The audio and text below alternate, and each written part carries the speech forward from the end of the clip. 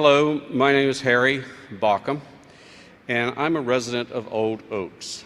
It's a historic district right near Children's Hospital between Newberry and Livingston. I've been a resident there for 42 years. In recent years, I've enjoyed everything from gardening and listening to the sounds of the birds, but that peacefulness has been disturbed. It's been disturbed by ATVs, dirt bike two-wheelers, motorcycles, and groups of ATVs and dirt bikes without tags and mufflers have turned the streets into a raceway. The noise is just terrible. It's like a throbbing headache sometimes. It goes on so much. Even on nights with the air conditioning on and you're peacefully asleep in your bed, you're awakened by motorcycles without mufflers, ATVs, and dirt bikes. Most of these dirt bikes are operated by unlicensed drivers, and they are adolescents, usually under the age of 16. But as disruptive as the noise is, and the danger is even worse. I've seen them riding on sidewalks. I've seen kids with toddlers straddling the gas tanks on these ATVs and motorcycles, riding along with an additional third adolescent behind them on the seat. This is in the middle of traffic, in the middle of the streets, and on our sidewalks. Thanks to the cooperation of the Columbus Police Department and our community liaison person, which has been absolutely instrumental in helping to arrest some of these issues, Terry Kalis, has been phenomenal. Together for the past 2 years, we have addressed these issues with everything from sidewalk diplomacy to offering alternatives to parents for dirt bike tracks within the Franklin County. Our closest track is within 9 miles. These parents and guardians of the adolescents don't see anything beyond their sidewalk and their streets. Why drive 10 miles when you've got a street or a roadway right in front of you, right out your back door? You don't have to crank the car and you don't have to load the ATV. The behavior is quite generally disrespectful and dangerous and without any regard to safety and the well-being of others who live in our city and in our community and in our neighborhood. It troubles me that the adult cyclists who are integrated with these ATVs and motorcycles are also engaging in poor choices, racing up and down Livingston Avenue. These kids emulate this. These kids want to do that as well. I'm so appreciative to see that the officers of this city and the leaders unite here today against this reckless conduct. Whether it is the noise ordinance or the police department, something really has to be done, and something is being done. Officer Kalis, as I said, was an instrumental part in this. We've been working diligently for 2 years just to eradicate and to mediate some of the things around us. We have employed tactics such as talking to the people directly, explaining the rules and regulations of being a licensed operator of a motor vehicle on public access ways. 2, even offering alternatives for dirt tracks in the area. Every single time we have been disrespected and that product has come back again to haunt us. They listen for a short time. The attention span seems to be short. Everyone deserves to live in peace and safety. We welcome the city's efforts, and we thank you for listening to the concerns. I personally don't have a problem with ATVs and motorcycles. I grew up with them. What I do have is the disregard for other humans' safety and lives on our streets and our sidewalks, and I have been personally the witness of that. It is only a matter of time when additional citizens get hurt, are injured, or their property destroyed. There is no liability that comes with this. it just disappears, and the person who is harmed is left to deal with the aftermath. I've witnessed extreme conditions of obnoxious motorcycles and dirt bikes and ATVs that have turned at least Livingston Avenue into a raceway.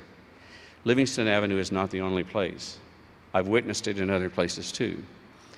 I was simple anecdotal story. I was coming from the drugstore, merging onto High Street. A dirt bike was on doing a wheelie all the way down High Street right in front of me, just with no regard, just nothing. If I had not been watching, I would have been hit because he was traveling in the wrong lane, passing all other vehicles.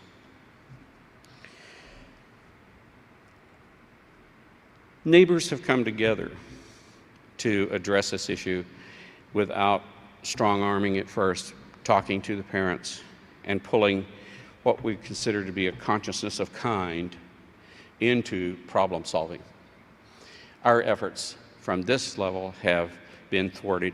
They've been listened to briefly, but here again, with the aid of the Columbus Police Department and our community liaison, has been absolutely the most effective tool that we could have.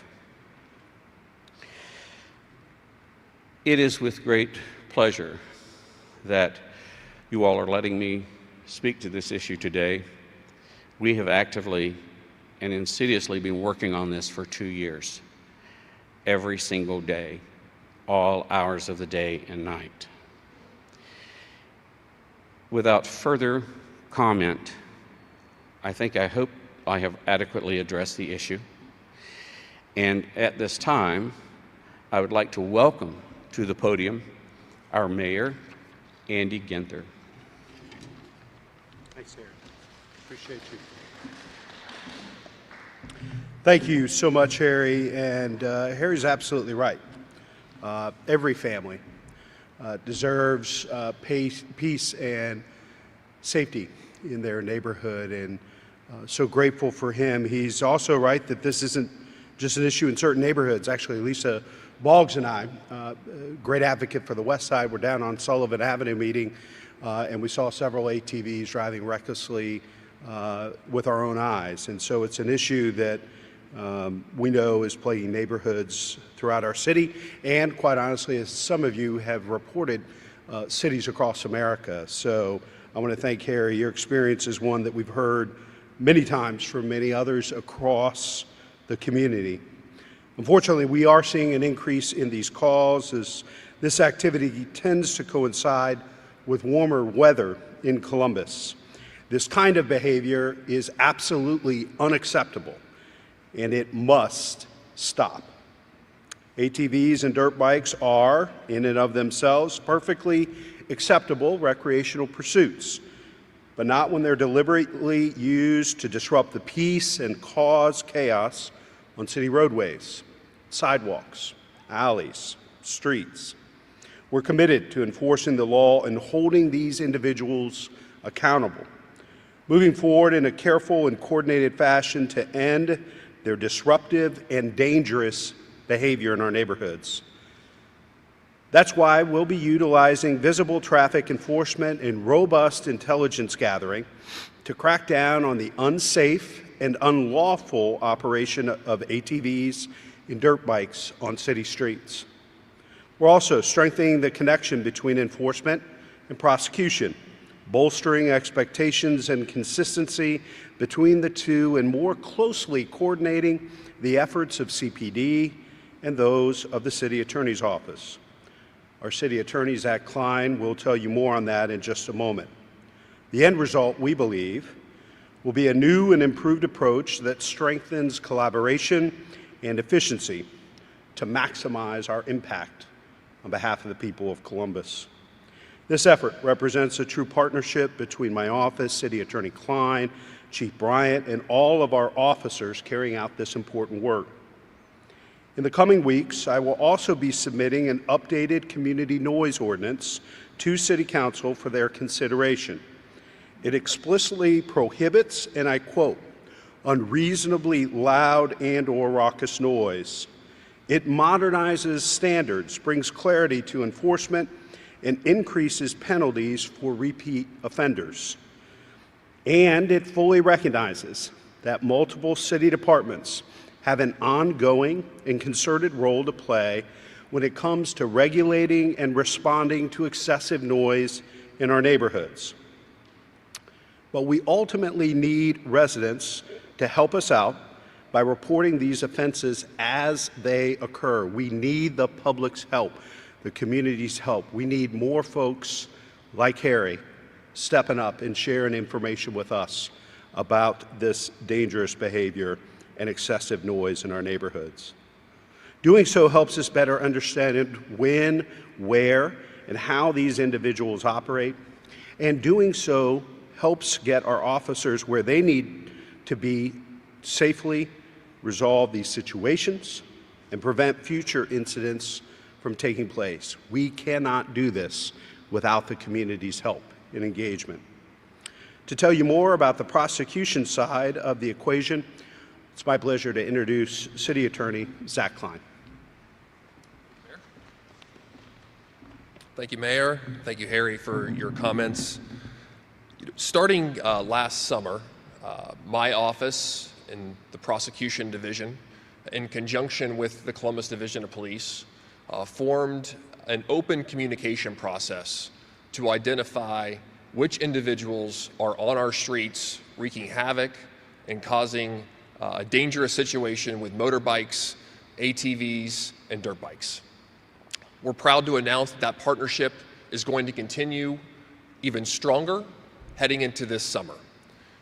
In collaboration with the Columbus Division of Police, when they write a ticket or cite someone for moving violations related to these sort of operations and dangerous operations in vehicles, they will note on the ticket to alert my prosecution team that this is part of a reckless operation, dirt bike, motorbike, or ATV.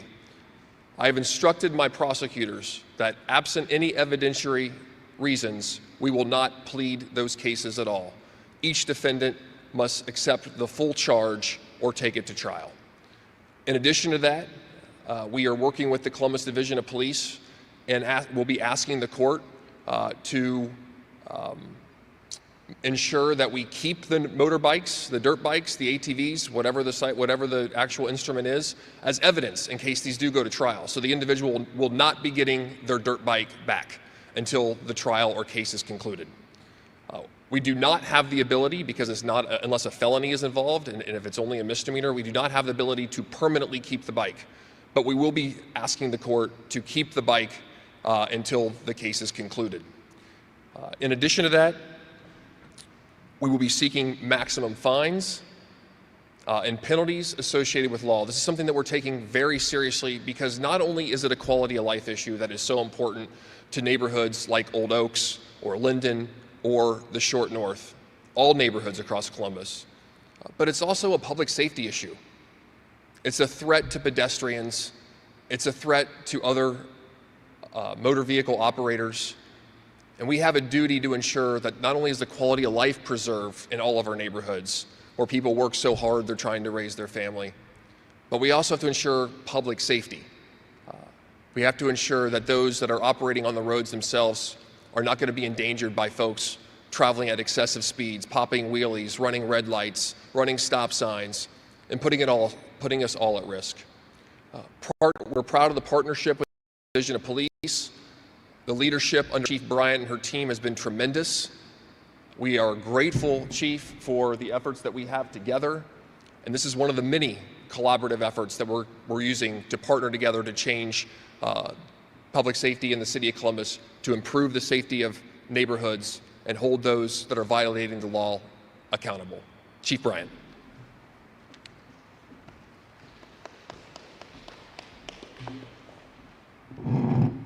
Tall people. Good morning. Thank you, City Attorney Klein. I want to thank everyone for being here today to discuss how we are addressing the safety issue that is impacting not only Columbus neighborhoods, but the neighborhoods of surrounding jurisdictions and the safety of everyone on our streets and freeways. Last year, we worked closely with our law enforcement partners, elected officials, the City Attorney's Office, and the public to address complaints we received about ATVs and dirt bikes driving recklessly on our city streets. These efforts resulted in a dozen of arrests, impounding of ATVs and dirt bikes, the recovery of illegal firearms, and numerous misdemeanor and felony charges against offenders. We live in a beautiful city, and our residents deserve to be able to walk safely on their sidewalks or drive the streets without fear of this illegal and dangerous behavior that we are addressing today. Operation Wheels Down will take place numerous times throughout the spring and summer, and we will utilize intelligence enforcement resources to impound equipment, to identify, arrest, and prosecute offenders.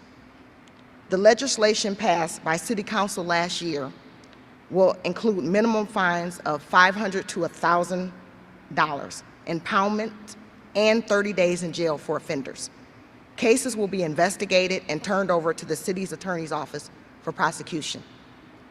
Last year, our residents, they stepped up and assisted in criminal investigations by identifying offenders over social media, effectively making their neighborhoods safer. We will release photos of offenders again this year and continue to partner with our community to identify and prosecute violators. And what I have to say for those of you participating in this reckless behavior, consider this your warning. Our officers and law enforcement partners will be on the lookout for this dangerous behavior. You won't know where or when. This is not a game, and we will catch you, and there will be consequences to your actions. I'm going to bring up Councilmember Emmanuel Remy to say a few words. Thank you.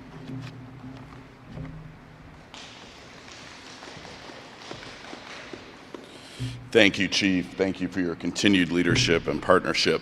Reckless ATV vehicles and drivers are not welcome in the city of Columbus. Let us be clear. And the ear-piercing noise from reckless ATV driving will not be tolerated.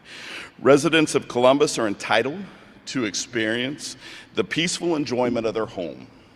Old Oaks, Short North, the Arena District neighborhoods are filled with residents who live there to be a part of the vibrancy of these areas, but that does not mean they are expected to tolerate the shrill, loud, excessive noise of joyriders, of ATVs, motorcycles, and out-of-compliance vehicles.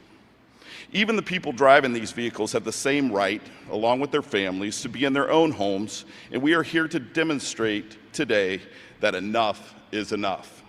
Speeding and excessive noise will not be tolerated in the city of Columbus.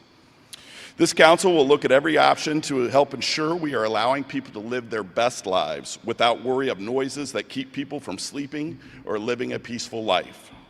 Last year, my former colleague, Councilmember Mitch Brown, led an initiative to raise fines for reckless operation of ATVs and dirt bikes with Ordinance 2060-2021. Later this week, my office has scheduled a meeting to investigate conducting a noise camera pilot that is currently being utilized in New York City and Knoxville, Tennessee. We will make sure that our Division of Police and prosecutors are provided with the latest equipment to protect the peace and tranquility of our neighborhoods. These actions are some steps to take us in the right direction. I look forward to working with my colleague, Rob Dorans, the Chair of Building and Zoning, and reviewing the noise ordinance amendment from the mayor, along with the rest of my colleagues as we consider its passage in the coming weeks. Columbus City Council remains committed to working with the mayor, city departments, external partners, and the residents of this great city to bring safety and security to every neighborhood throughout the city. Thank you.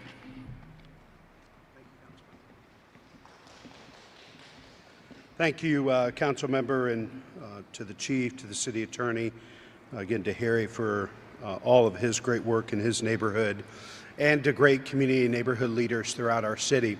I do want to give a shout out to Grant Ames in the Safety Director's Office for all of his work and working with all the different departments to help us draft that new ordinance in partnership with Laura Baker Morris from the City Attorney's Office. But Grant, we appreciate all your work there.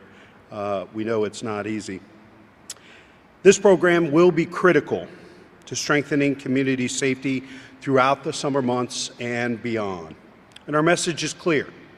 Anyone who chooses to operate their vehicles in a manner that is dangerous or reckless should expect to encounter law enforcement and be held accountable for their actions, period.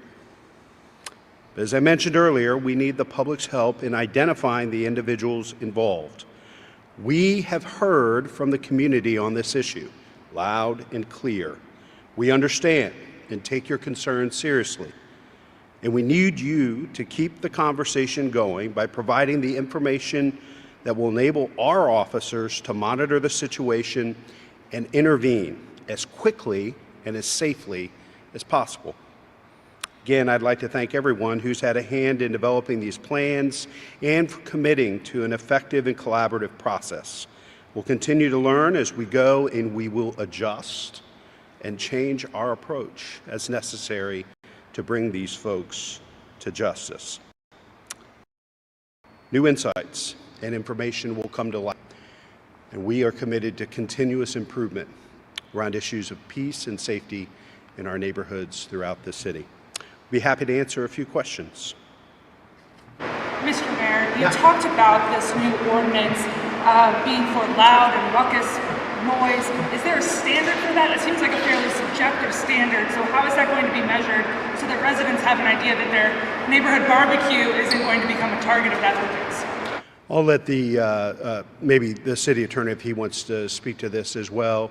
I think clearly we're taking a look at standards where there may be noise that's disrupting peace and safety 2, 3, 4 in the morning, at other hours where quality of life is being threatened or compromised. So I think there's going to be some clear distinctions between the neighborhood cookout that you're describing and music activity that is leading to some situations that have been downright dangerous and deadly in certain parts of the city in the wee hours of the morning.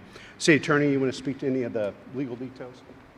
Well, certainly the concern you raised, I think, is a legitimate one of the subjectivity of when the noise threshold crosses into something that's out of bounds or unacceptable that would require action to stop whatever that activity is, a party.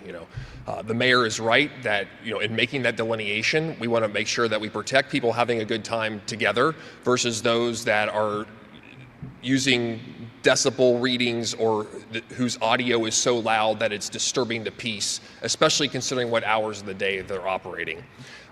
We have to be very concerned as we draft this ordinance, and one of the concerns that we certainly raise in the city attorney's office and working with the Department of Public Safety and other city partners is where is that line and how can we create a clear delineation of when it is crossed.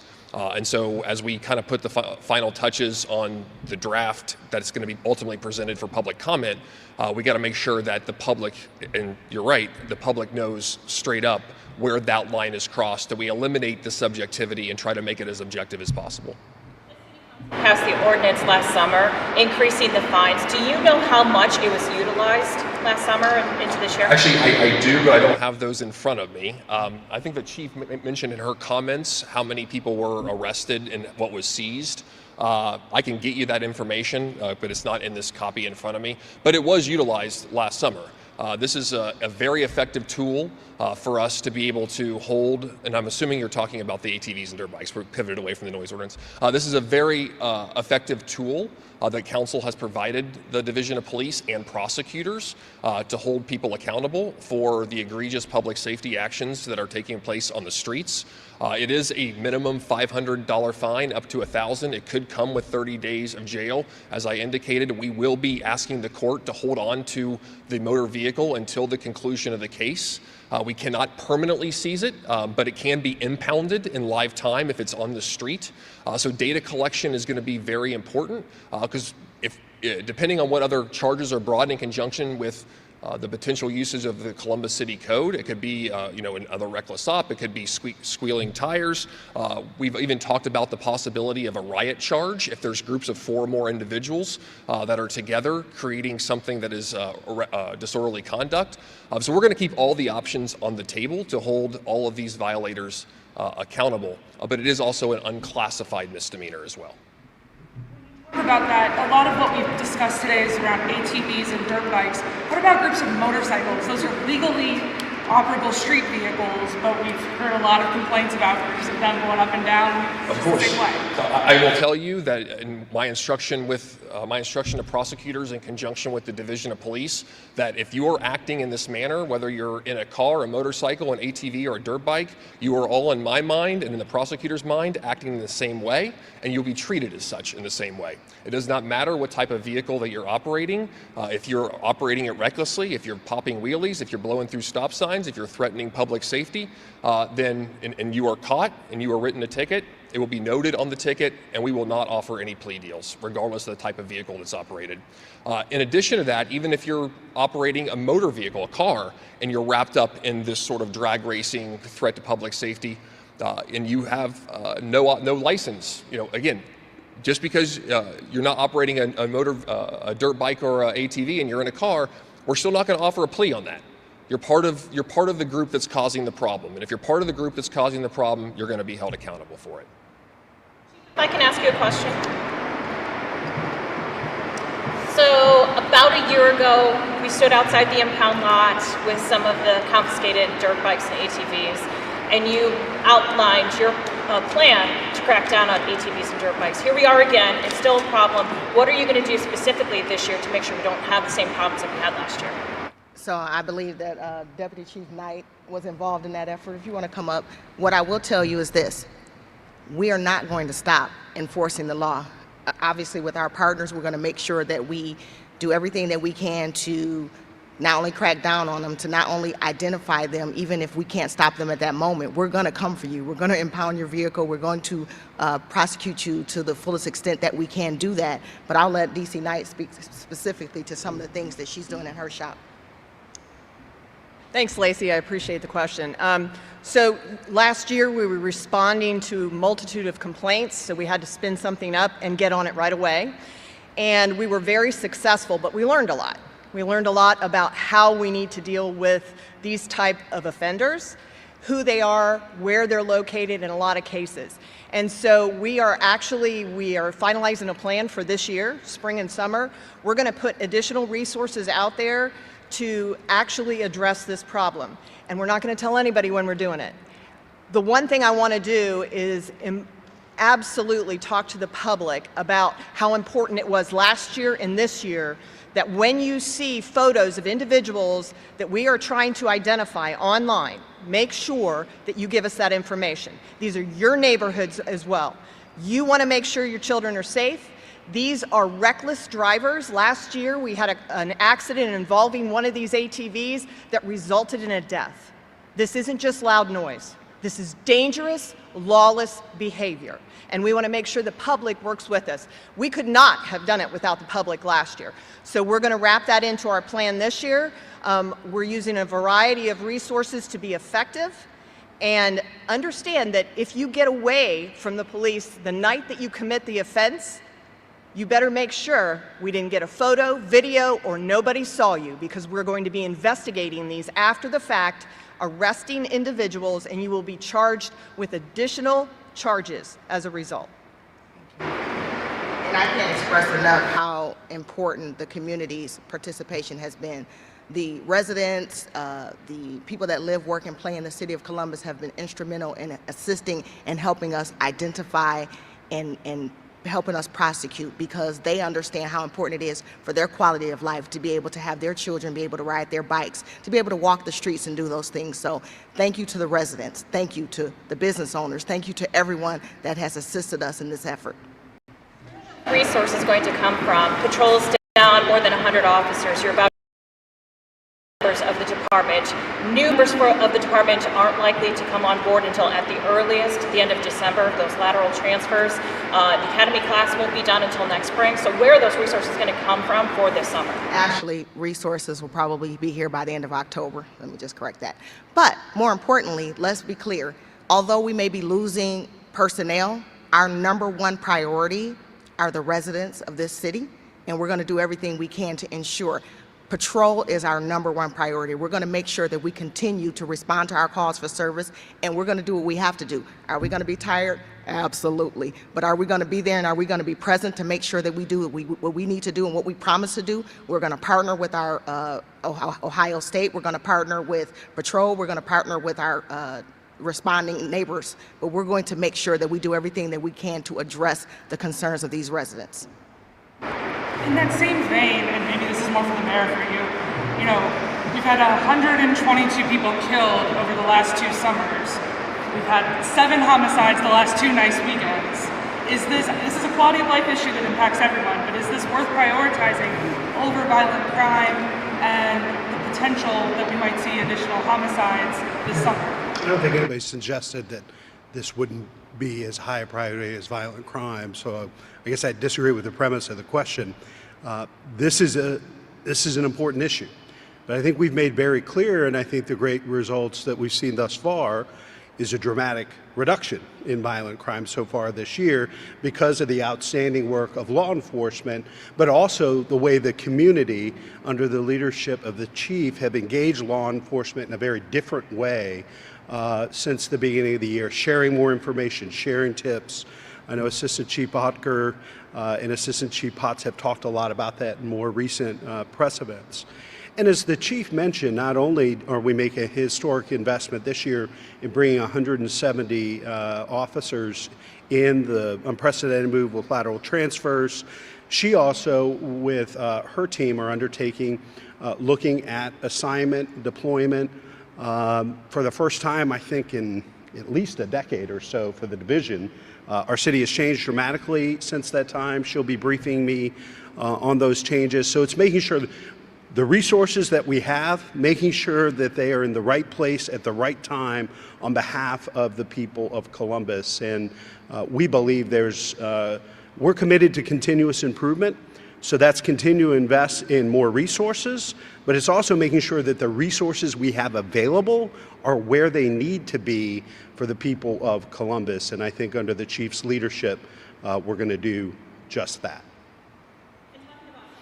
Resources. The chief laid out a big plan for a parks patrol last summer. We had another shooting at a park downtown last night. We've obviously had 2 fatal shootings in parks recently. What are your plans to do to make sure that people can go out and safely enjoy parks in the city? Well, I think, the chief's work speaks for itself as far as last summer. She's going to continue to work with her team to make sure that we have a presence in our parks, but that's another place where we really need the community's help.